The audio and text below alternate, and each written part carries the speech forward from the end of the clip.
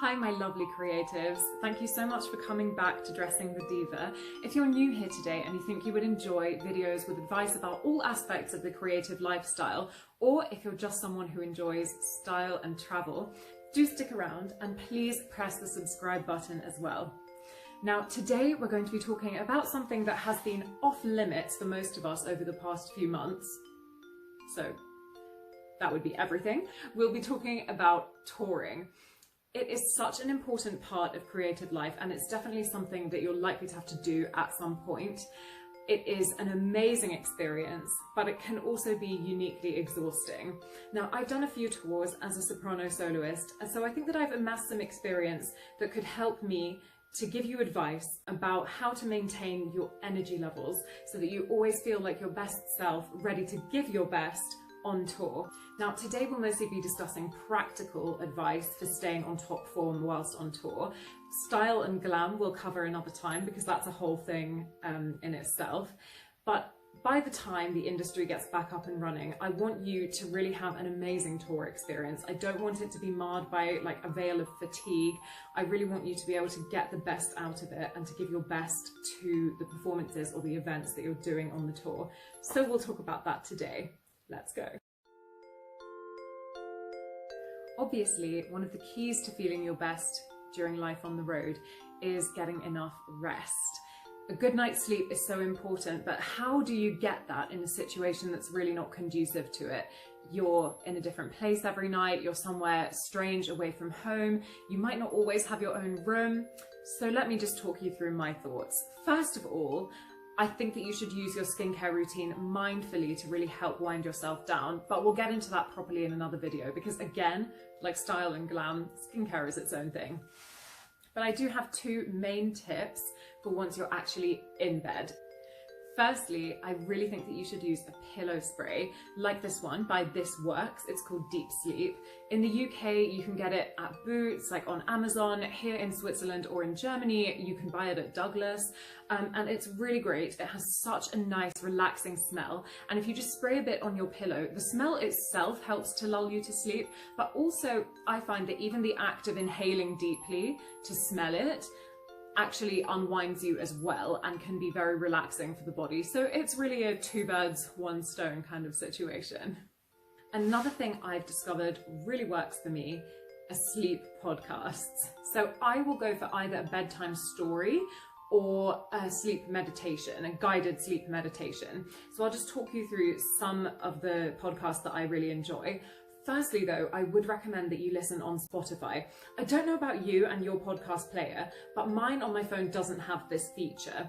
On Spotify, just to the right of the play pause button, there's a little moon icon. And if you press this, you can decide how long you want it to play for. So you literally can use it to send yourself to sleep. You can fall asleep to it and it will just stop at the point that you've told it to stop playing. This can be anything up to an hour, or you can just press end of episode. And I find this great because before I would listen to sleep podcasts on my podcast app and then I would be like woken up later because it would start auto playing something else. So I would recommend that. Now, some of the podcasts that I really enjoy. First of all, Sleepy by Otis Gray. Otis reads classic books and stories, and he has this amazing, soothing, kind of monotonous, gravelly voice, and he speaks really quietly. I was skeptical at first, but honestly, most of the time I've fallen asleep before he even starts reading the story. Like, he hasn't even finished introducing it yet. That's how good he is. Secondly, Nothing Much Happens by Catherine Nicolai is lovely. Catherine writes all of her own stories and she reads them out in her really gentle, soothing voice. And they're just really sweet, wholesome stories where literally nothing much happens. The whole point is that there really is no kind of exciting climax to the story. It's just kind of people going about their days and really like the simple pleasures of life. It's so nice. I really recommend. And thirdly, if you enjoy guided sleep meditations, which I do, you can listen to Tracks to Relax on Spotify. The way that the guy even introduces this is great. He's like, welcome to Tracks to Relax. And you can do, he has so many different sleep meditations with different kind of ideas and like sort of goals for the meditation, I suppose. But if you're on tour, what you would probably like best are his episodes that have the goal in mind of helping you fall asleep fast.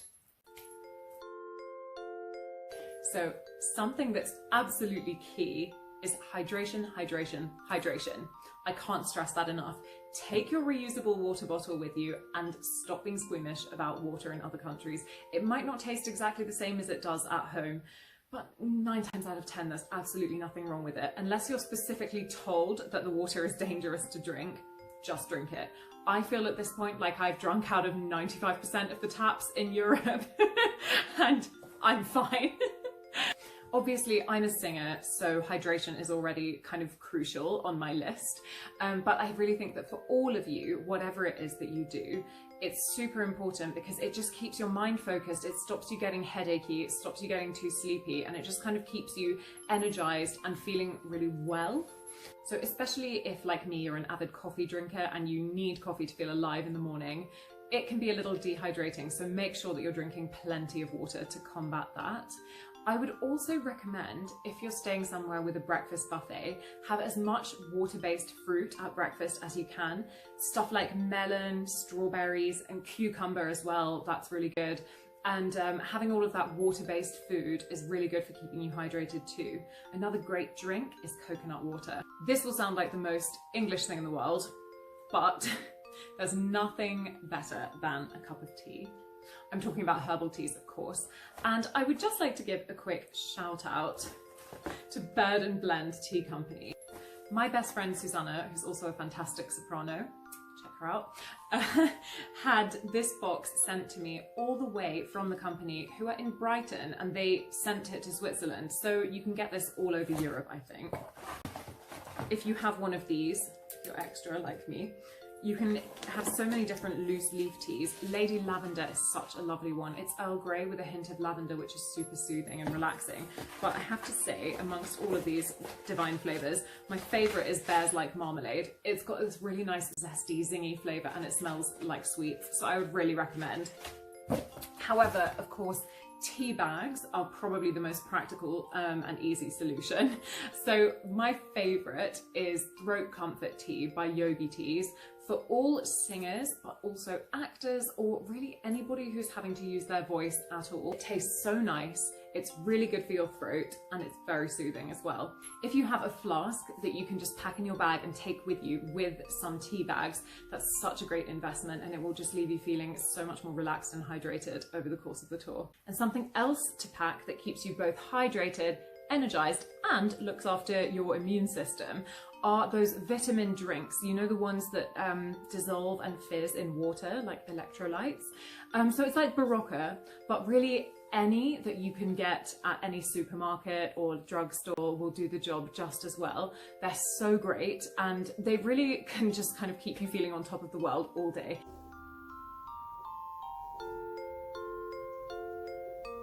On tour, we're surrounded by people and we love our team on tour. You know, creating together is so amazing for building friendships and for bonding people, but obviously we renew when we're alone. So something that I would really recommend to get this time for yourself every day is, and I'm sorry, waking up early. So before you have to be up, get up, go for a walk or a run. It can just be quick. You could even just go for a stroll and like call a friend who's not on the tour, or call your mum or your sister, just to kind of have some contact with somebody who's not there with you immediately. And whether you talk about what's going on the tour or you talk about what's happening with them back at home, it's kind of like a way to refresh, and then you'll be looking forward to seeing the people that you're on tour with again. Plus, you'll be filling your lungs with fresh air and also giving yourself a nice dose of those endorphins after some exercise. And this will just set you up to be in a great mood for the whole day, really ready to use your energy for your creative work. Now, if you're a soloist on a performance tour, then you might have your own dressing room, and this is always really great, but you might not. And if you're not a soloist, then you probably won't, you'll be with everybody else. However, in my experience, artists are so understanding of each other. If you tell your team in the dressing room that you need to just sit in the corner by yourself with your headphones in for 5 minutes before the show, listen to the music that you're going to perform, listen to some other music, listen to a great short guided meditation on YouTube, do some breathing exercises, anything, I really think that they will understand. Nobody will judge you. We all have different ways that we need to get into focus before a show or an event. And creatives understand that more than anyone because we all deal with things differently. So you can take time for yourself even when you're literally surrounded by people. And if you do have your own dressing room, it can be a really great time to use getting ready as a nice ritual to take care of yourself and get yourself into the right frame of mind to go and give your best on the stage, basically. Something else to bear in mind is that on tour, you don't always know when and what you're going to eat. This is especially important if you're vegetarian or vegan, because across the world, understandings of that might vary. So of course you should tell the organisers, and I'm sure you do, and I'm sure that they'll make their best effort to make sure that you're always catered for, and you should always be catered for on a professional tour. However, sometimes even with the best will in the world and no bad intentions meant, there are misunderstandings and things get lost in translation, and it's just what happens. So I would really recommend packing some snacks with you in your luggage, things that can just kind of tide you over and that won't go bad in your suitcase. So obviously, like, fresh fruit is not ideal. I mean things like crackers, cereal bars, protein bars. Naked bars are great. Even like Tupperware of like nuts and dried fruit can be really nice, because obviously you should always be looked after and you should stand up for yourself and insist on food that you can actually eat. But in situations where something can't be done immediately, there is no point in you starving on principle. So make sure that you have something with you. And this isn't just for vegetarians and vegans and those with special dietary requirements. I would suggest the same for all of us. You just don't know. It can be a really long stretch between like your travel for that day and then the rehearsal and then the show, or then there's the event, and then a number of things can happen. You don't know what time you're going to get to eat. And so often, if you're not part of the team that's organising it, your time is not really your own. And even if you're a person who likes to feel a sense of control over things, on tour you have to just kind of go with the flow. This is also especially important if you know that you're somebody who, rather than big meals, prefers to have constant little bits and bobs throughout the day. When you look inside your bag when you're starving and you see that protein bar that past you left because she's an organised babe and she always has your back, you'll be so grateful. And now something that we might forget about until it's too late: medication. If you regularly need medication in your normal life, I implore you, take it with you. I'm, for example, quite a headachy person if I'm not careful, and I know that it can especially happen to me when I'm traveling, that a migraine strikes, and if I don't catch it before it's really locked in, then the whole day can just kind of be ruined a little bit by this painful haze, and you try to do your job but you're just not happy with how you've done it because all you can really think about is the pain. So we can sometimes forget that the rest of Europe is not the same as the UK. In most European countries, you can't just walk into a supermarket and buy a box of paracetamol. You have to get it at a pharmacy, and it's usually behind the counter. So that means you have to ask for it.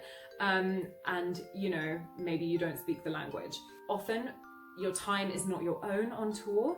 You don't particularly want to disturb things by being like, oh, we need to stop at a pharmacy for me. And something else I would suggest is to just take some kind of mosquito repellent and something for the bites. Because even if you're not usually affected at home, I do find that their degree of viciousness sort of varies from country to country.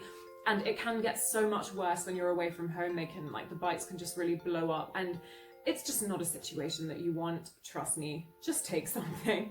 So thank you so much for tuning in. I really hope that you found this informative and that you'll be able to use some of this advice on your next tour. If you have any questions, or there's something else that you would like advice about that I've left out, do mention it in the comments down below and I'll get back to you.